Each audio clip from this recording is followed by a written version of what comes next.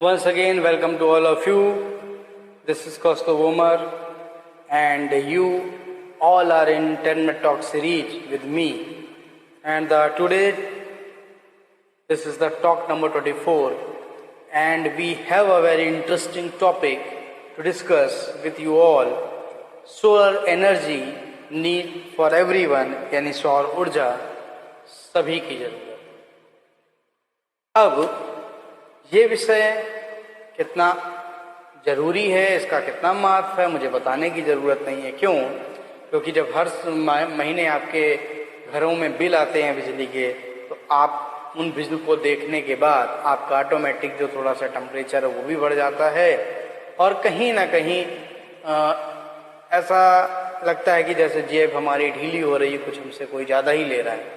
फिर हम देखने लगते हैं उन राज्यों की तरफ जहाँ बिजली के खर्चे बहुत कम हैं या जहाँ जिन्हें छूट मिल रही है। लेकिन हमेशा से मेरा ऐसा मानना रहा है कि हमें हर चीज़ में सब्सिडाइज रोल को नहीं ढूंढना चाहिए। क्यों? क्योंकि हम सब्सिडी पैसों पर तो कर सकते हैं, पर उसके लिए जो रिसोर्सेस हमारे ख़त्म किए जा रहे हैं, कैसे रिसोर्सेस हैं जिनको आप बना नहीं सकते दोबारा, उसके बारे में आप जब जानें, अगर उसकी वास्तविकता जानें, तो आपको शायद उसके आगे पैसा बहुत छोटी चीज़ लगेगी। जी हाँ, बिल्कुल मैं बात कर रहा हूँ अपने देश में बनने वाली बिजली का जो सोर्स है, स्रोत है, वो है कोयला। यानी हमारे देश में ज़्यादातर जो बिजली बनती है वो कोयला से बनती है, और कोयले की जो खदानें हैं वो सब सीमित हैं। ऐसे आंकड़े माने जाते हैं कि अगले 60 साल में हो सकता है कि जो कोयला है हमारे यहाँ वो समाप्त हो जाएगा। तब 60 साल तक का नहीं हमें इंतजार करना है, क्योंकि कुछ जगह जो कोल का रोल है आप उसको जो है डिनाई नहीं कर सकते हैं, उसको शायद लेना ही पड़ेगा। बट हमें कुछ ऐसे रिसोर्सेस की ओर जाना होगा, ऐसे रिसोर्सेस के बारे में बात करनी होगी जिससे हमको बिजली भी पर्याप्त मिल जाए, हमारी जेब भी बहुत ज़्यादा जो है ढीली ना हो, और सबसे महत्वपूर्ण बात है कि प्रकृति को भी कोई नुकसान ना हो। तो ऐसे में जब हम बात करते हैं तो हमारे पास आते हैं जिक्र सोलर एनर्जी का। सोलर एनर्जी का महत्व बहुत बड़े लेवल पे पिछले 5 सालों में लोगों ने समझना शुरू किया है।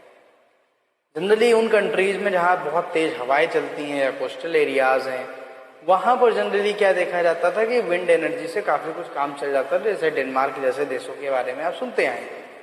लेकिन ये विंड एनर्जी भी आप हर जगह इस्तेमाल नहीं कर सकते, हर जगह आपको टाइडल एनर्जी नहीं मिल सकती, हर जगह आप डैम नहीं बना सकते। क्योंकि बहुत सारे लोग ऐसा मानते हैं कि डैम बनाने से जो हमारा कहीं ना कहीं natural way of flow of river है वो बदलता है, उससे बहुत खतरे बढ़ जाते हैं, लैंडस्लाइड का खतरा बढ़ सकता है आपका। इसके अलावा पानी की कमी भी हो सकती है, इसके अलावा जो है बहुत सारे नुकसान, बहुत सारी एक तरीके से त्रासदी भी आ सकती है, जो बाढ़ जैसे हालात भी आपको देखने को मिल सकते हैं।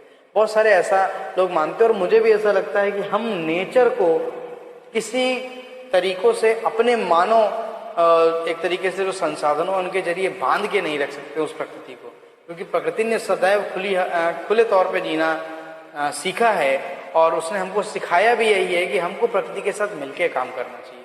तो बांध या डैम भी बहुत अच्छा विकल्प आपके लिए नहीं है। फिर ऐसे में आपको जो इलेक्ट्रिसिटी चाहिए तो कैसे चाहिए होगी? फिर आपको न्यूक्लियर पावर प्लांट देखने होंगे।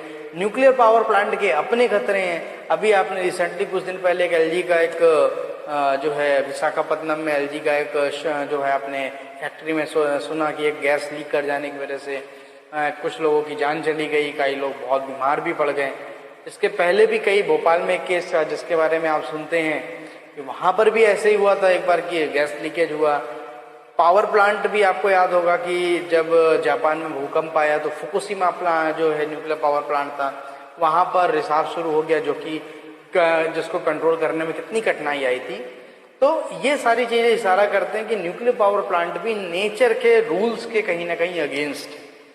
तो हमें नेचर के साथ मिलके काम करने के लिए जो समझ में आता है वो हमारे हैं solar power plant, solar panel, जिनका इम्पोर्टेंस बहुत ज़्यादा है।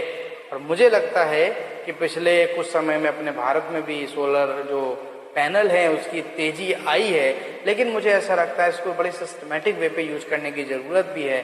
क्योंकि जब आप सोलर पैनल का इस्तेमाल करेंगे तो उसके साथ उसका जो एक तरीके से जब उसको आप वो यूज करने के बाद एक एज के बाद जब वो बेकार हो जाएगा तो फिर हमें उसको डिस्ट्रॉय कैसे करना, इस पर भी हमें विचार करने की जरूरत पड़ेगी। इसलिए हर तरह की एक प्रॉपर गाइडलाइन होनी चाहिए।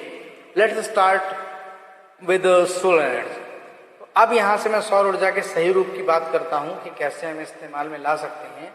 तो जनरली सोलर अगर आप पैनल सेट करते हैं तो लगभग जो आपका एक सोलर पैनल है जिसमें एक कमरे के आप, मैं बहुत आसान शब्दों में बता रहा हूँ, एक कमरे का पंखा और लाइट, इसके अलावा टेलीविज़न जैसी चीज़ों को चलाने के लिए जो आपके पास सोलर पैनल लगाना हो उसकी कीमत लगभग 70 से 80 हज़ार रुपये के आसपास आ रही है वर्तमान में।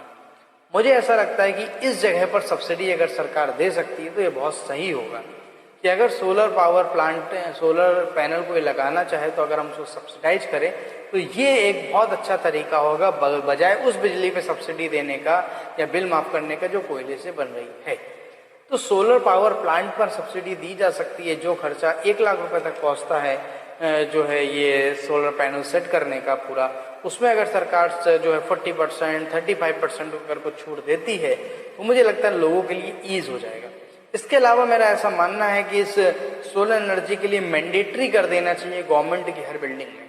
यानी गवर्नमेंट से जितनी भी बिल्डिंग ऑपरेट हो रही है जहाँ पर जो है सन की लाइट हमको सीधे मिलती है, जहाँ पर कोई डिस्टर्बेंस नहीं है, जहाँ कोई परेशानी नहीं है, वहाँ पर सोलर एनर्जी का इस्तेमाल करना बेहद जरूरी है, करना चाहिए। एक्सेप्ट नॉर्थ ईस्ट इंडिया को छोड़ दें या फिर कुछ ऐसे प्लेसेस हैं हमारे यहाँ हाइट पे जहाँ पर हम सोलर पैनल का इस्तेमाल नहीं कर सकते, उनको मैं छोड़ दूँ तो मुझे ऐसा लगता है कि जो हमारी डिपेंडेंस है सोलर एनर्जी पे ज़्यादा करनी चाहिए एज कम्पेयर टू द ये आपका जो है कोल पावर प्लांट से जो इलेक्ट्रिसिटी या डैम से बन रही है।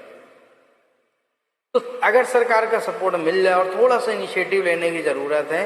मैं एग्जाम्पल के लिए आपको बता रहा हूँ, चाइना जैसे जो है कंट्री ने एक सोलर वैली तक बना डाली है। यानी कि उस सोलर वैली का मतलब उस सिटी में जब आप एंटर करेंगे तो वहाँ पर एवरीथिंग, सब कुछ जो ऑपरेट होता है वो सोलर एनर्जी से ऑपरेट होता है।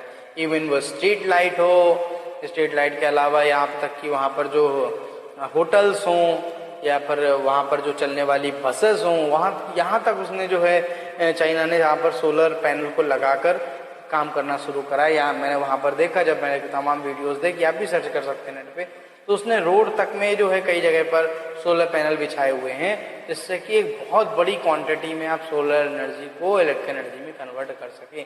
तो ऐसा ही रिवॉल्यूशन एक सोलर एनर्जी का हमारे यहाँ भी लाना बहुत ज़रूरी है। जैसे बहुत अलग अलग रिवॉल्यूशन हुए, ग्रीन रिवॉल्यूशन इंडिया में हुआ है, वाइट रिवॉल्यूशन हुआ है, यानी श्वेत क्रांति हुई है, हरित क्रांति हुई है, ऐसे एक सोलर क्रांति की भी जरूरत भारत देश को है। क्योंकि बहुत सारी जगहों पर हम सुनते आ रहे हैं कि बहुत भीषण गर्मी होती है, सर्दी होती है, पर्याप्त बिजली नहीं है, किसी के पास रोशनी नहीं है। कहीं ना कहीं हमारा जो उभरता भारत है, बहुत सारे बच्चे हैं जिनको पढ़ाई में समस्या आती है क्योंकि गाँव में पूरे लंबे समय के लिए 24 घंटे तक बिजली नहीं उपलब्ध रहती है। ऐसी स्थिति में ये सोलर पैनल अगर सरकार के जरिए, और मैं यहाँ पर रोल लेके आना चाहूँगा बहुत सारे सोशल ऑर्गेनाइजेशंस का, बहुत सारे बिजनेस इंडस्ट्रीज का जिनके पास CSR फंड होता है, वो इस दिशा में अगर काम करें तो मुझे ऐसा लगता है कि ये सोलर एनर्जी को हम बहुत बढ़ावा दे सकते हैं और एक अलग स्तर पे इसको ले जा सकते हैं। और अलग स्तर पर ले जाएंगे तो मुझे लगता है भारत का जो एक हम लोगों ने अभी कुछ समय पहले प्रधानमंत्री जी के आग्रह पर आत्मनिर्भर भारत का एक सपना जो देखा है, उसको पूरा करने में हमें बहुत आसानी हो जाएगी। क्योंकि हम फिर उस समय डिपेंड नहीं रह जाएंगे कि पावर प्लांट से जो बिजली हमारी आ रही है। मैं ये मानता हूँ कि बहुत ज़्यादा बिजली के अगर आपके पास खर्चे हैं तो उस खर्चे के लिए अगर आप कुछ इस्तेमाल कर रहे हैं बिजली का, मान लेते हैं कि 2000 रुपये महीने का बिल का आपका बिजली का आता था, वो मात्र 500 रुपये आ रहा है, बाकी सब कुछ सोलर एनर्जी से तो चल रहा है, तो मुझे लगता है वो कोई आपके लिए बड़ी बात नहीं होगी। और एक और बात सभी लोगों के लिए मैं आपसे कहना चाहूँगा, आप में से बहुत सारे लोग ऐसा सोच सकते हैं कि लाखों रुपए का खर्चा कौन करेगा उसको स्टैब्लिश करने में। तो मैं आपको बता दूं, जब कोल पावर प्लांट खत्म हो जाएंगे, बिजली बनाने के बहुत सारे सोर्सेज अफेक्टेड हो जाएंगे, तब आप क्या करेंगे? तो अभी से अगर हम अपने अंदर केवल ये भावना ले आए कि नहीं, सब में अपना फायदा नहीं देखना है, प्रकृति भी किस तरह से को हम फायदा पहुंचा सकते हैं, तो हमें उसके लिए काम करना चाहिए। नमस्कार।